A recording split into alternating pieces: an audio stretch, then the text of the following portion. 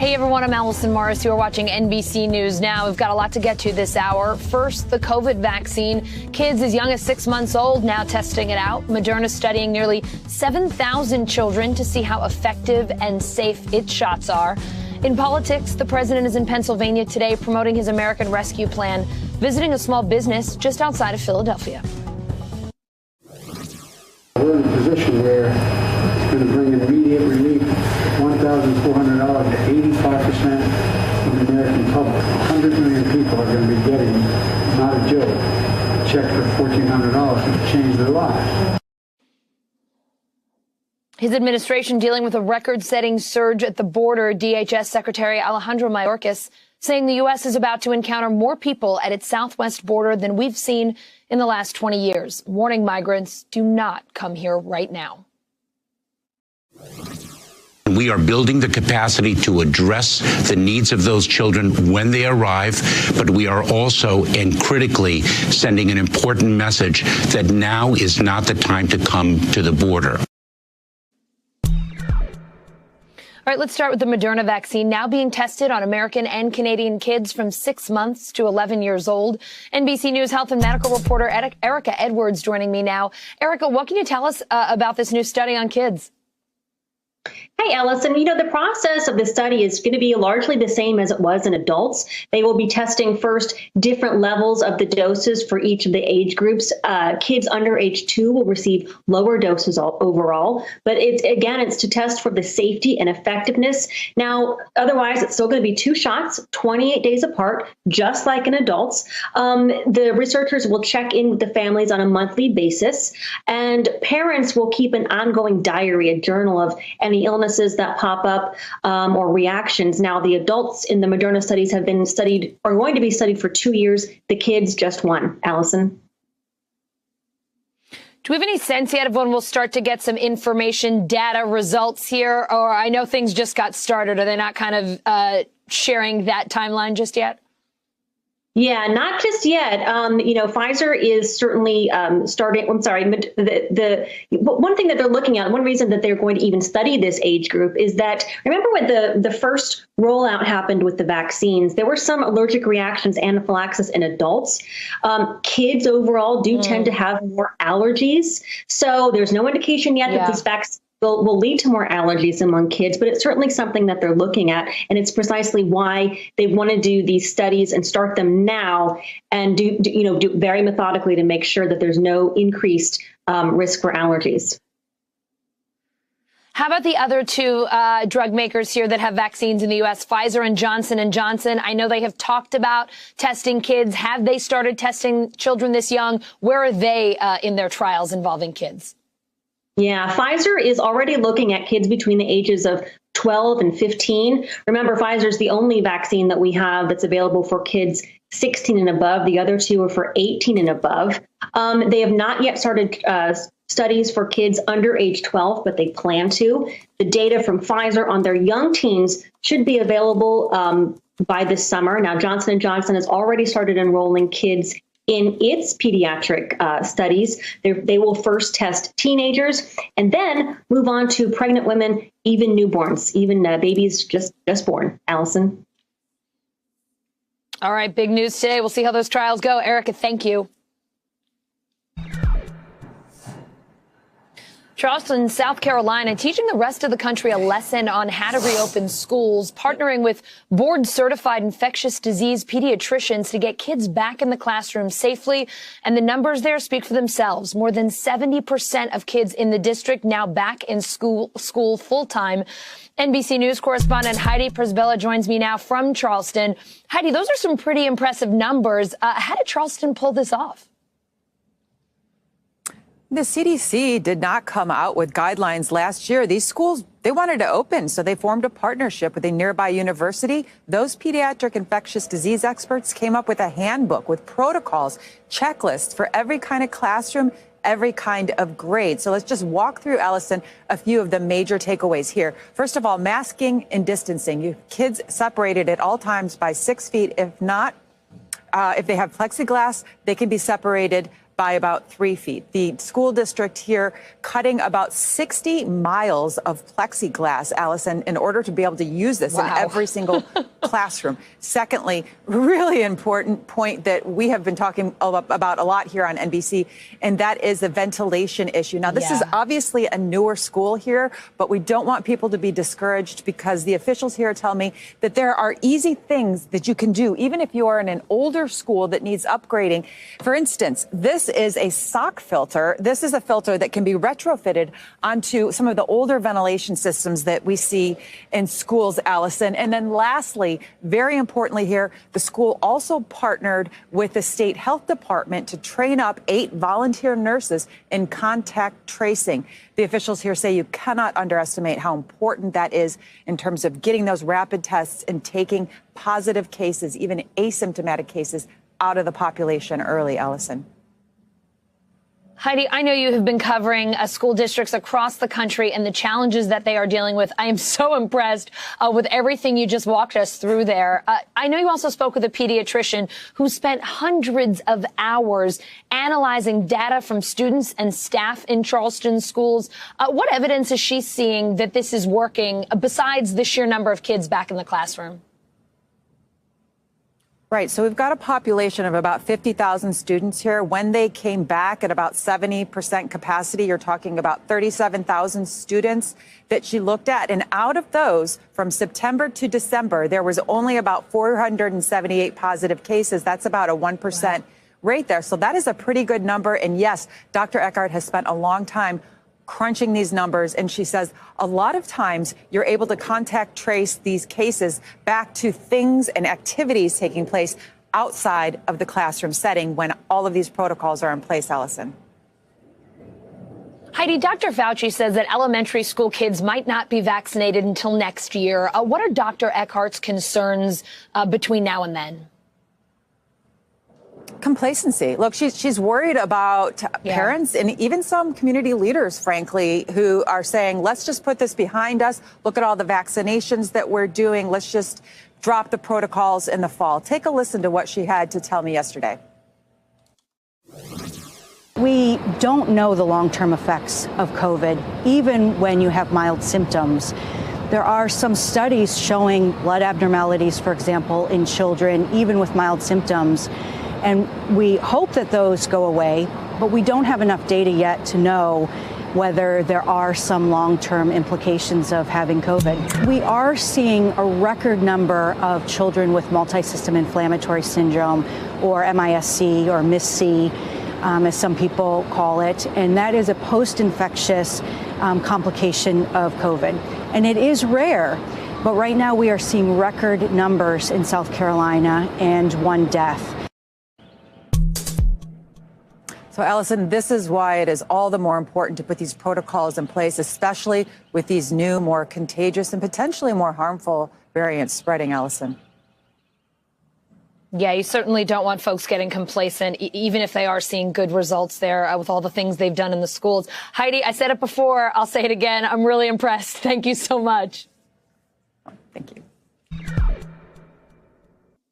Americans are traveling again against the advice from the CDC. The TSA screening more than 1 million travelers for 5 straight days now. Some of those travelers heading to spring break hotspots like Florida, crowding the beaches and streets. Miami Mayor Dan Gelber telling CNN it is too much too soon. We have too many people coming. We have too many people coming who want to just let loose in ways that are unacceptable. And we have a pandemic, including, I think, really sort of ground central for the variant. So, there's a lot of things to be concerned about. Over on the West Coast, the University of California, Davis giving students an incentive not to travel for spring break, paying them to stay on campus. Dr. Sherry Atkinson, Associate Vice Chancellor of Student Affairs at University of California, Davis, is here now. Dr. Atkinson, UC Davis offering students $75 to skip spring break. Tell us more about this program. Is it working? Are students taking you up on it? Yes, they are, and quite a few of them. So the idea is that they could apply for one of 4 grants to do an activity while they're here in Davis during spring break. So we're asking them not to travel, discouraging travel. And so we thought, let's provide them with an opportunity for some activities to do while they're here. We got an overwhelming response from our students for this grant. Over 3,000 students have applied for the grant. So I think that's a good sign that it is something that students are interested in doing. Other schools, like the University of Alabama, have canceled their spring break altogether. Where did your pay to stay idea come from? And why did UC Davis think that this was the way to go instead of canceling spring break altogether? Well, the feedback we've gotten from students is that they still need a break. It's been a very trying year. And so, and our quarter system is very rigorous. So still needing that downtime. And so the idea behind this grant, we did something similar at Halloween. We wanted to avoid gatherings and things on Halloween weekend. And so we offered a similar type grant at that point, and students seemed to be very appreciative and receptive to that idea. And we think that it helped reduce the number of in-person gatherings at that time. So we're trying it again. UC Davis has been pretty innovative during this pandemic. A few weeks ago, our own Jacob Ward took us to Davis. He showed us the bubble around the university and the surrounding community. For viewers of ours who might have missed that, could you tell us more about it and just tell us how it's been going? Sure. So there's an initiative called the Healthy Davis Together, and it is a partnership with the University of California, Davis, and the city of Davis as well. And it includes a number of components, including testing, not just on campus, but off campus. So that has been a part of that initiative. We're testing our students who live on campus, students who live in the community, and also members of the community not affiliated with Davis can get access to the testing. And then we have a number of other pieces to that. We have our Aggie Health ambassadors who go around, also inform, educate students in the community. We're partnering with our Davis local businesses to provide some of these grants for the local businesses and the activities there, really just taking a whole community approach to try to tackle this pandemic.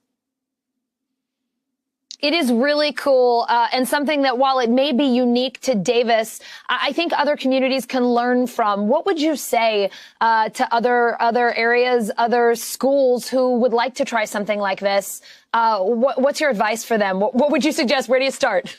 Yes. I mean, it's all been a big experiment in a lot of ways. I mean, a very informed experiment, but nonetheless, with the incentive programs that myself and my team have been working on, really engaging with students on what they would like, what would help them be healthy. I think engaging with your student population in a way to find strategies and partner with them to try to have it be a partnership. Dr. Atkinson, great to hear that some of these experiments are working. I hope you and your students continue to stay safe and get that much needed spring break that they've all been waiting for, even if they can't travel. All right. Thank you, Allison. The vaccination gap in Alabama, just astounding. Check out these numbers. More than 54% of the vaccinations in the state going to white residents, just 15% to black residents. That's according to the latest stats from Alabama Public Health. NBC News correspondent Ellison Barber's in Alabama's Black Belt community to show us how they're trying to vaccinate the poorest region in the state. Alabama's Black Belt region is a place steeped in history. Communities all too familiar with fighting for their lives for basic rights and equality. When COVID-19 made its way to the Black Belt, it came through like a freight train. This one here be laid to rest right here. How many people do you know or know of who have died from corona in this community? At least about 10. By midsummer, Black Belt counties had some of the highest rates of COVID-19, and Black Alabamians were dying at a rate twice as high as white Alabamians. The Black Belt is trying to fight back, but distributing the best available weapons is extraordinarily difficult. Hill Hospital of Sumter County knew they didn't have the equipment for the Pfizer vaccine, so they didn't apply for it. This is the extra vaccine we just received recently. How helpful was it to be able to just use a regular refrigerator? Ooh, very helpful. I understand those extra cold refrigerator freezers can be quite expensive, $20,000 to $30,000. In a rural hospital, that's a big cost for us. Their application for the Moderna vaccine was initially denied, but by the end of December, they got approval and the doses of the vaccine. And now people like Walter Rice. You have any questions about the vaccine? No. I believe everything you say. Are one step closer to a normal life. What made you want to come and get vaccinated? I just wanted to go ahead and get it done in case if I have it, it wouldn't do me so bad as it did other people. Rural Health Medical Program applied for the Moderna vaccine at 3 of their 8 clinics. They never got it. Because we, at all of our locations, Rural Health do not have generators. We did not have the sub-zero or requirements for the refrigeration systems. There was nowhere in the budget to go find that funding to get that equipment. They finally got 200 doses of the Johnson & Johnson vaccine last week. Rural Health Medical Program is trying to get approval to turn this mobile optometry clinic into a mobile vaccination clinic. People are barely making do just on a day-to-day basis outside of the pandemic. So if I have to make the decision to go to the doctor this month or get my medication versus going to get fresh food to eat, it's almost a no-brainer for that family that's faced with that issue. For some, the vaccine rollout is exceeding expectations. So I've been very happy with the support we've had in actually getting vaccines, although it's not an unlimited access. We are getting vaccines, and the community's response to it. It was tough as late as January. We had like 30 positive pop in one day, and it was tough. We had 3 staffers out on bereavement leave because they had lost, immediate family members from COVID. And that was January. So in March, I'm thrilled. We had 2 vaccine clinics in town today. That's fantastic. Governor Kay Ivey is deploying Alabama's National Guard to 24 counties in rural Alabama to help administer vaccines starting March 23rd. We want to mimic the efforts that we made during COVID-19 testing by going out into the community pockets and doing COVID testing. We would like to do the same thing for vaccine administration. The Alabama Department of Health says 20% of the Black Belt is now vaccinated, but when you talk to people like Felicia Lucky, you remember, numbers don't always tell the full story. Why do you think this area gets forgotten so often? Because of the black soil and the black people, point blank. I think there is our nation has embraced a hierarchy of human value, that if your skin tone is one color, that you are more valuable than if your skin tone is another color. More than 39 million Americans are fully vaccinated, but NIH Director Dr. Francis Collins says vaccines aren't the only safeguard we should be using against the UK strain of the coronavirus. Here he is on MSNBC this afternoon. The vaccine works against that variant. So the best protection we have is sort of twofold. One is get everybody vaccinated as quickly as possible. And meanwhile, do everything we can to prevent transmission of cases from people who may have no symptoms but could still be spreading this variant to others nearby, which means wearing the mask, keeping that 6-foot distance. And oh my God, Florida, stay out of the bars with your masks off. What are you doing? This is the exactly wrong thing to do at this moment if you don't want to end up where Europe is. All right, let's bring in infectious disease physician Dr. Maddie Davis. Dr. Davis, is there anything Dr. Collins didn't mention there that we can do to avoid the third wave that Europe is experiencing right now? I love that he says, stop going in bars on spring break with your masks off. Bad idea. But what are other things that we should absolutely be thinking about right now? I think awareness is key, Allison. We know that every time we've seen a peak, it's been around a major holiday. That speaks to behaviors. It speaks to the fact that we want to take our vacations, which means we're traveling, which means we're not likely masking, which means we're probably not doing the social distancing. And so avoiding a third wave means leaning into everything we've learned over the past year and being true to that. There are variants out there. you know me, I don't prescribe to scare tactics, but at the same time, I think we need to look to see what's happening in Europe and make sure that we don't become susceptible to the same. Unfortunately, they were hit with a variant that has shown itself to spread faster among their population. Another issue has been vaccine distribution and uptake hasn't been as robust as they would like. So we need to use all the tools available in our tool house that include all the measures I just mentioned, as well as trying to get as many people vaccinated as possible. Let's keep the conversation in Europe for a minute. More than a dozen European countries are pausing AstraZeneca vaccinations because of blood clot concerns. The EU Health Commissioner is urging those countries to keep using it. What are your concerns about this vaccine and these clot reports? Quite frankly, I don't have any right now, Allison. You know, these reports made people concerned, understandably. But if you look at the data, the number of cases that was experienced around blood clots is not higher than the general risk in the population. So I have not seen enough data to really concern me and make me believe that this is a signal higher than what we would experience anyway. AstraZeneca has a good product. And unlike the US that has 3 really great vaccines on the market, we need to understand that globally, not everyone has the same fortune as we do. And a lot of them are waiting on AstraZeneca to get to the masses. And so I really would encourage, you know, these countries to look past the politics and rely on the data. Mississippi just became the second state to offer vaccines to all of its adult residents. That happened today. Your take on that news? It sounds great to me, but are there any concerns here about opening up eligibility? It's always a good sign when you can vaccinate more people and when we can get vaccines into the hands of those who want them, which is so many of us, right?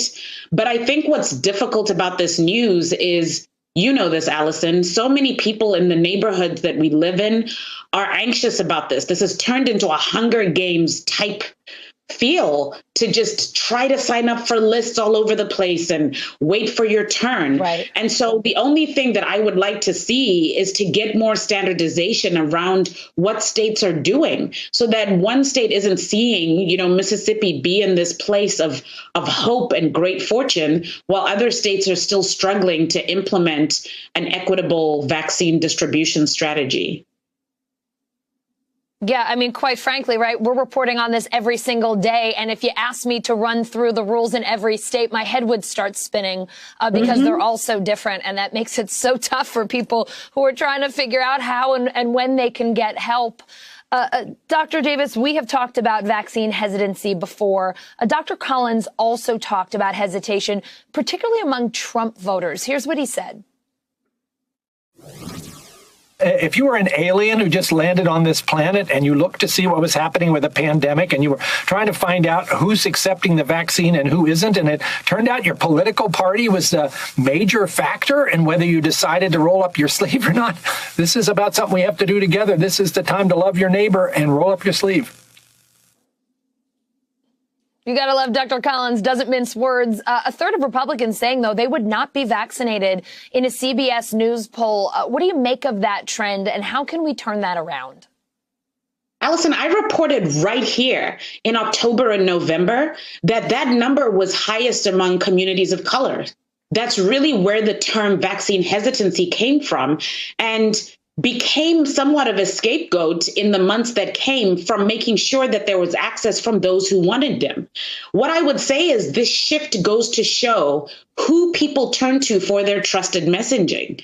And unfortunately, what we're seeing is that for a lot of people in rural areas, that information comes from, you know, the party line. And I just really don't think that should be where we're making our decisions. I may not be your go-to person, and that's okay. But I think you need to find a trusted messenger, a person who understands this work, understands what is happening around the science and the public health decisions that needs to be made, and lean into those trusted messengers and trusted resources. I love Facebook and Twitter and Instagram as much as the next person, but those cannot be the areas we go to for our help.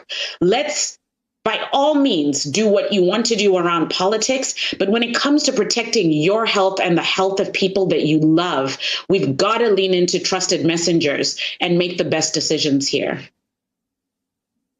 Well, Dr. Davis, we certainly lean into you, a trusted messenger for us for sure. One more question before you go. We know Moderna is starting pediatric trials in both the U.S. and Canada for kids as young as 6 months old. As a doctor, also as a mother, what are you looking out for here? So glad you asked this question. I thought I wasn't gonna get the chance. It's so funny today. Jesse and I were driving. Jesse and I were just driving today, my husband and I said to him, babe, the trial's open for kids. You know, Allison, I have a 10-month-old and I have a 4-year-old. Yeah. And I said to him, should we get the kids enrolled if we can? And you would think from a 2-parent household, that would be an easy question to answer. But even we, with all of the excitement we've had, both of us being vaccinated, had to have a really long, thoughtful conversation about it. So that's what's going to happen across the country. But I tell viewers what Jesse and I talked about, which is this.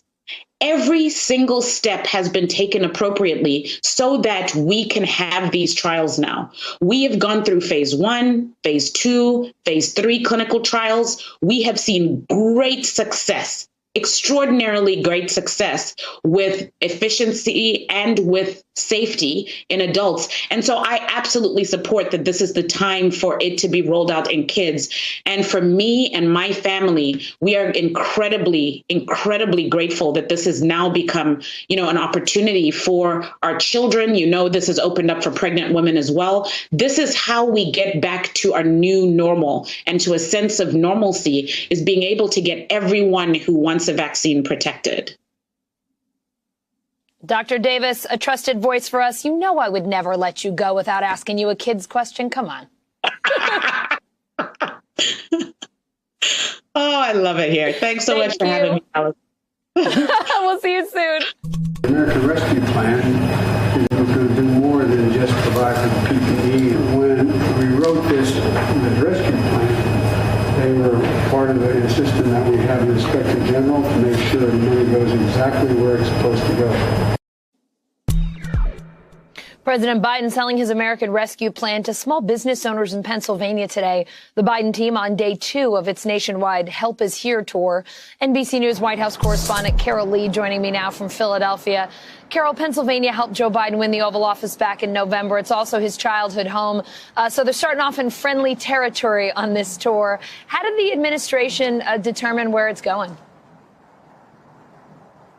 It's a great question, Allison. Their main goal is just to pick locations where they can make the case that what they're doing, the policies that the president is enacting, are working. And so what we saw today was the president go to a small business. And you're right, it's close to home. It's right over the border from Delaware, where the president lives and will be spending the night tonight. And it's familiar territory. This is a state where he won in the 2020 election. And the business that he went to, Smith Flooring in Chester, Pennsylvania, just a short while from where I am right now in Philadelphia, is a business that has enrolled in the Paycheck Protection Program, for instance. So it's already seeing some of the benefits that are out there, including under the Biden administration. The Biden administration made some changes to that program, and this business, its owners enrolled in that and got another tranche of loans from that. So the president was highlighting that. There are some new provisions on the PPP program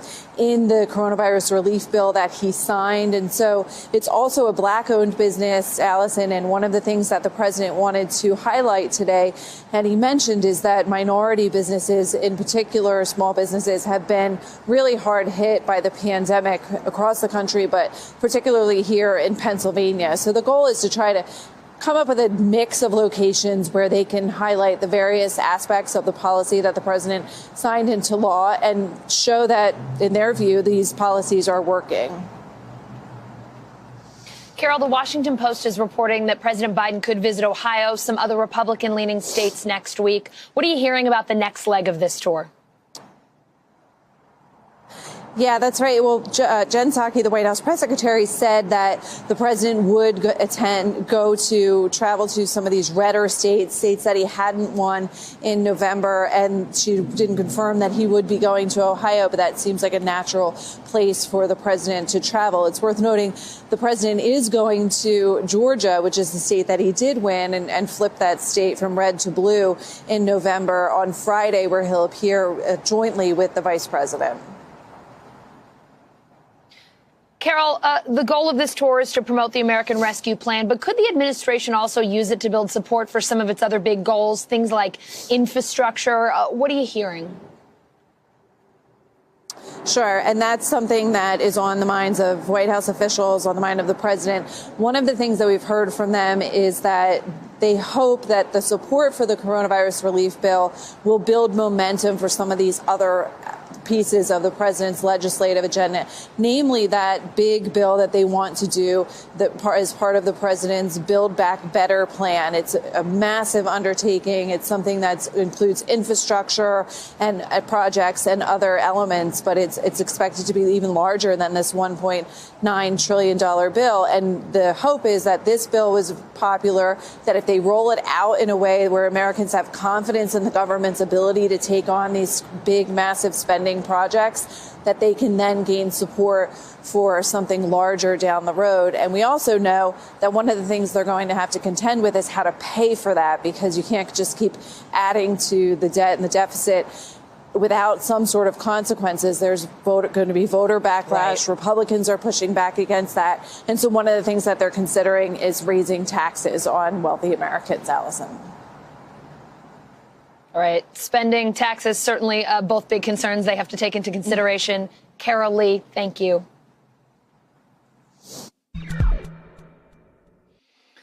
Everything is on the table. Senate Majority Leader Chuck Schumer talking about ending the filibuster. We would welcome Republican support, no question about it. And maybe some of them will see the light on some of these issues. But if we don't get Republican support, we have to move forward with big, bold action. And our caucus will come together. We will figure out the best way to go. Everything will be on the table. NBC News national political reporter Sahil Kapoor here now. Sahil, the number 2 Senate Democrat Dick Durbin calling the filibuster a mockery. A Senate Minority Leader Mitch McConnell saying today that ending it would lead to a scorched earth Senate. How do you find a compromise in there? You don't. That's the short answer to that. Democrats either take this extraordinary step and they live with the consequences, which will mean, on the basis of Mitch McConnell's threat, changing a bunch of other Senate rules that currently allow the minority to basically grind the place to a halt, given that unanimous consent is required to do much of anything. There's a running joke in the Senate that senators need unanimous consent to go to the bathroom. So they'd have to change those kinds of processes and allow things to be able to move more smoothly. It's unclear, Allison, that Democrats will actually do this. It's not clear that they have the votes to at this point, but there is a kind of a middle path shaping up between preserving the filibuster as it exists and fully abolishing it, which is basically changing the way it works and making it more painful, in the words of Senator Joe Manchin, for a minority to obstruct.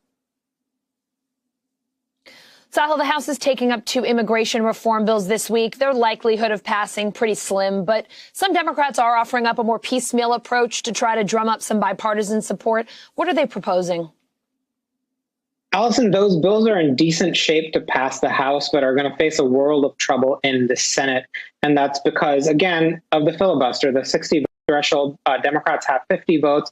And the 2 bills that they're pushing through the House are popular and small. It's the DREAM Act, young undocumented people who are living in the country for years, who were brought as children, H-2A farm workers, legal protections for them. That's a very important issue in many red states. But the Republicans I've talked to say nothing on immigration should move with a legalization component until the border is secure. Different people define that differently, but right now, this influx of migrants seeking asylum at the southern border has really created a challenge for the Biden administration. Sahil, Texas Democratic Congresswoman Veronica Escobar slamming House Minority Leader Kevin McCarthy's trip to the border. Here's what she told Andrea Mitchell. He comes into my community to use it as a prop. He knows full well we have been seeing this flow of humanity from Central America since 2014. This is not a new phenomenon.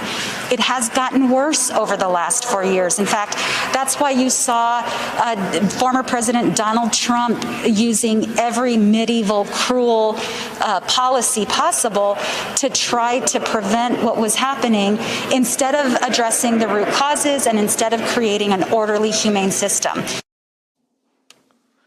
Sahel, these divisions run pretty deep. Are there any areas where Democrats and Republicans can compromise here? In theory, yes, Allison. There are smaller issues that if you talk to enough lawmakers will say, they share some common ground on. The DREAM Act is one. I've spoken to Senator Lindsey Graham, the Republican from South Carolina, who's been at the center of bipartisan immigration efforts for the last 2 decades. He said the only thing he sees as possible is a smaller deal that involves some border security components and pairs them with the DREAM Act. That, too, is going to be difficult to pass, but something bigger along the lines of what President Biden campaigned on and what Congresswoman Sanchez and Bob Menendez in the Senate have introduced, the U.S. Citizenship Act. That's extremely unlikely at this stage to get the votes to pass, even in the Democratic House, as is, much less in the Senate, where more votes will be required to break a filibuster. All right, Sahel, thank you. They're calling it the epicenter of overcrowding. Unaccompanied migrant children and families packed together in a detention facility in Donna, Texas. The Biden administration struggling to keep up with the surge at the southern border. Today, Homeland Security Secretary Alejandro Mayorkas saying HHS has not had the capacity to intake the number of unaccompanied children we've been encountering, but he says they are working to fix that. In Dallas, FEMA is transforming the Kay Bailey Hutchison Convention Center into a decompression center that will hold up to 3,000 unaccompanied migrant teen boys. DHS telling NBC News FEMA's also setting up a similar facility in Midland, Texas. NBC News correspondent Dasha Burns is live now in Donna, Texas. Dasha, you talked with the mother of a 4-year-old girl held there in Donna after she separated from her aunt at the border. What did that mother tell you? What happened there? Hey, Allison, the mother came to the United States over a year ago with her newborn child. She wanted to now bring her toddler, her young daughter, here with her. The little girl came to the U.S.-Mexico border with her aunt. The aunt, though, was expelled, sent to Mexico, and the little girl was then deemed an unaccompanied minor, and she was placed in this facility. Now, we're told that the aunt provided contact information for the little girl's parents to authorities, but they were never contacted until finally a lawyer helped the mother track down her daughter's whereabouts. We spoke to that mom under condition of anonymity because she is an asylum seeker here in the U.S. I want you to listen to what she described feeling as she was trying to figure out where her daughter was going. Take a listen. This is your baby. This is a 4-year-old girl. What was going through your mind? What were you thinking about? And what were you most worried about? Yo sabía que estaba ahí, pero no sabía si me la iban a entregar o la iban a mandar con otra familia, y todo eso me angustiaba mucho.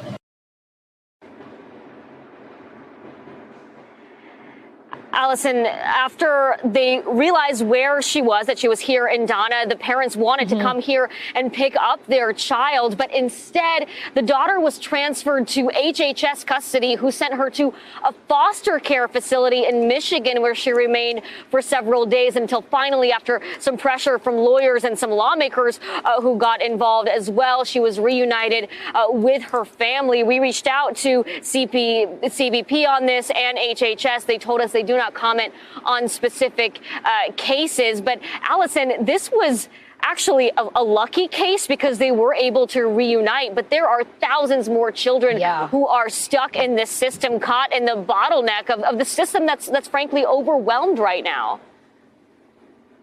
We know there are, Dasha, so many other heartbreaking stories and so many that have far worse endings than this, as you've mentioned. I know you've asked for access, but have not been allowed inside. I know you've also spoken with lawyers who have been allowed in there. What are they telling you? What are the conditions like? What have you heard about what children are dealing with here? Yeah, Allison, we continue to request access. We've also requested photos or videos of the current conditions in the facility. We haven't received those. We also have asked for numbers. How many people exactly are in this facility right now? We're told that they're not giving those out of concerns for operations and security. What we do know, we largely know from the lawyers and the family members that we have been speaking to. We know that this facility is meant to house about 250 people. But one lawyer I spoke with who is familiar with the conditions inside tells me that she believes there are many times that number inside in actuality. And she told us she met with children, about 20 kids last Thursday. They ranged from 1 to 17 years old. She told us that they were all distressed, upset, that they were confused about when they were going to be able to leave. They didn't get a lot of time outside, not a lot of access to showers. Though yesterday afternoon, we did hear the sound of children outdoors for just a little while. The lawyer told us they get about 20 minutes in the courtyard every few days. And the reality is these facilities, they are not meant for kids, but because of this capacity issue right now, it's just taken a while to process them and to get them into the appropriate facilities, Allison.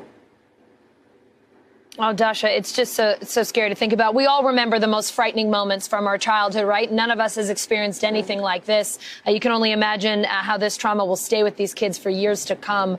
I know DHS Secretary Mayorkas is calling the crisis at the border difficult. How else are DHS and HHS trying to deal with this beyond adding more facilities like the one there in Donna?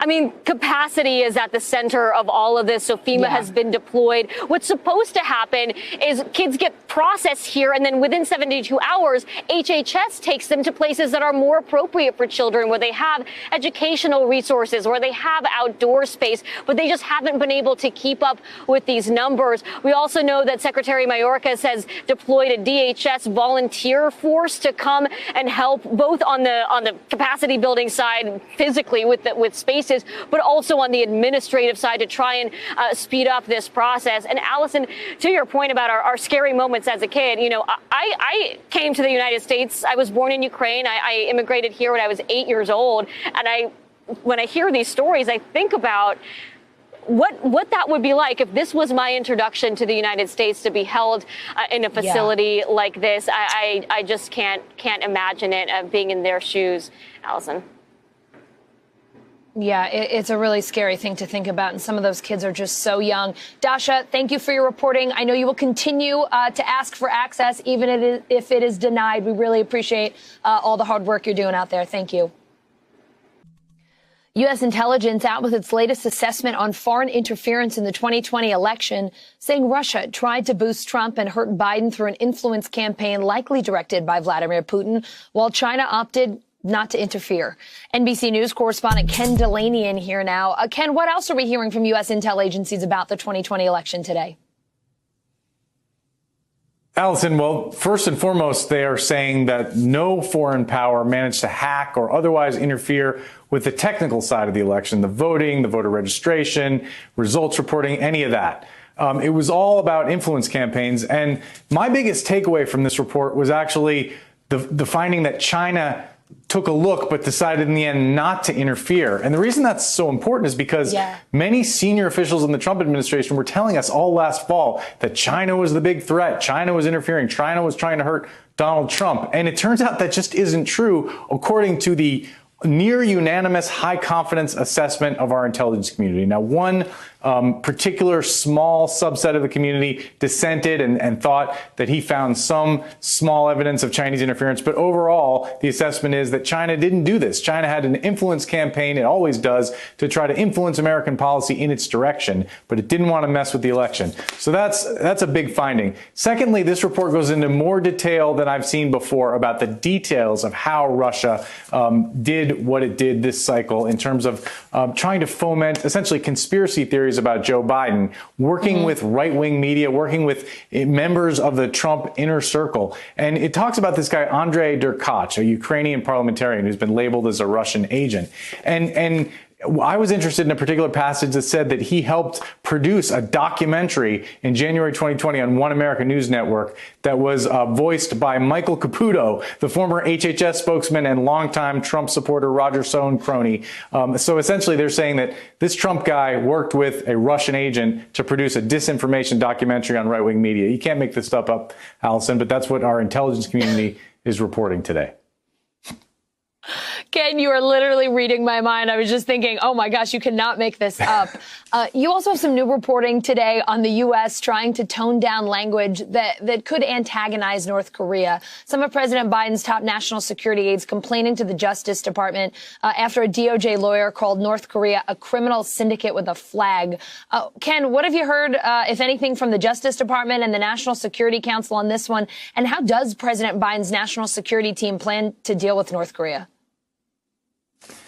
No one is commenting for the record about this story, but our reliable sources tell us that White House officials were perturbed when Korea Justice Department prosecutors announced an indictment against North Korean hackers and called North Korea a criminal syndicate with a flag and the world's greatest bank robbers, which is manifestly true, but it's not the kind of rhetoric that the Biden White House wants to aim right now at North Korea because, Allison, Biden's approach is to turn down the temperature, the thinking being that there's no good answer to a North Korea armed with nuclear weapons, a belligerent, unstable regime. The best possible solution is to keep them out of the news, dial down the rhetoric and sort of hope that there are no major provocations. We'll see if that works. It's much different from the Trump approach. I don't think we're going to see any high-level summits in the Biden administration, but that seems to be their approach, and that's why they were upset with that extreme rhetoric out of the Justice Department. All right, Ken Delaney, quite a bit of reporting today. Thanks for coming on to talk to us about both of your stories. We appreciate it. You bet. Happy to do it. President Biden and Congress under increasing pressure to spend big on climate change and clean energy. A coalition of environmental groups backed by Democratic governors launching a $10 million ad campaign called the Great American Build. They are trying to set an aggressive starting point for infrastructure negotiations. NBC News correspondent Josh Letterman joining me now. Josh, tell us more about this campaign you've been reporting on.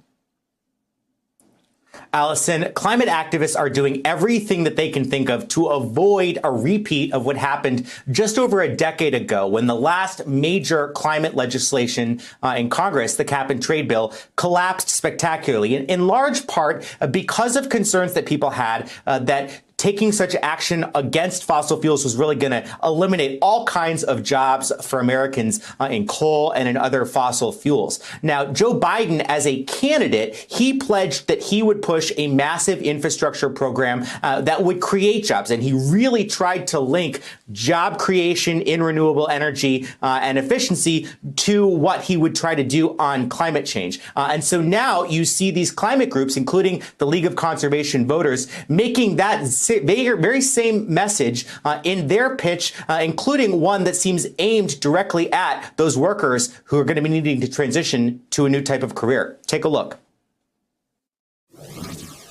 Calling all builders, all welders and roofers, engineers and electricians, calling all brick masons and boiler makers, steel workers and steam fitters. Your country is calling you to rebuild America, to create a cleaner, safer, more prosperous future for all. Tackling climate change, this is the job of our lifetime. And so, Allison, in order to do this in a way that actually does create jobs and doesn't simply address climate change, you need to spend a whole lot of money. And that's why these groups are really pushing for this upcoming infrastructure legislation, not to focus just on roads and bridges. They really want the Biden administration and Congress to go big, to spend trillions of dollars, even though we just spent trillions on COVID relief. And they hope that if they do that, they have the best chance of being able to sell this in a way that doesn't make people think their pocketbooks could be at stake. Yeah, you mentioned COVID relief. The Biden administration obviously still focusing on that right now, taking their relief package on tour. But President Biden is promising a comprehensive infrastructure plan. Reasonably, what kind of clean energy initiatives, what kinds of things should we expect to see from this administration? Yeah, it's not just paying laid off coal and oil and gas workers to put solar panels on people's roofs. Really, in order to be able to do the kind of transformation on climate that the Biden administration wants, we're going to have to move rapidly to using more electricity, for instance, to power our cars instead of gasoline, to heat our homes instead of natural gas. And so to do that, the Biden administration wants to spend to put high-speed transmission across the country so we can get renewable power to the places it needs to go, as well as to install 500,000 new electric vehicle charging stations all across the country, Allison. All right, Josh Letterman, thank you so much. Prince Philip back at Windsor Castle today. He spent a month in the hospital where he was treated for an infection and had a medical procedure for a heart condition. NBC News foreign correspondent Matt Bradley has more from London. Well, Allison, we're to understand that the royal family is delighted to have Prince Philip back after a month in hospital. This was a major crisis for the royal family. And of course, the prince is going to be going back to find the royal family mired in scandal. But, you know, after nearly 100 years of life, it's hard to believe that this is his first rodeo. He's not going to be surprised by what he's been seeing. The royal family has been mired in scandal before, but now this is different. But the fact is that the British public, according to recent polling, has shown that Prince Philip actually remains quite popular, despite all of the accusations leveled by Harry and Meghan 1 week ago in that bombshell interview with Oprah Winfrey. Now, for some details on the prince's condition, he's just returned back here to one of the main residences of the royal family. We see that there's a flag that's up over my left shoulder. This indicates that the Queen is, in fact, in residence, so she's likely already greeted the prince since his arrival a couple of hours ago. Now, the palace said that the prince had an infection, and that was one of the reasons that he was in hospital for a month. And he also had some kind of surgery on a pre-existing heart condition. Now, we don't know exactly what that pre-existing heart condition was, but we can fairly assume it might have something to do with the stent that was put in his heart back about 10 years ago. But with the prince now out of hospital, with him returned, it looks as though there's a fairly good chance that he could live to see his 100th birthday in June. Hey, NBC News viewers, thanks for checking out our YouTube channel. Subscribe by clicking on that button down here and click on any of the videos over here to watch the latest interviews, show highlights, and digital exclusives. Thanks for watching.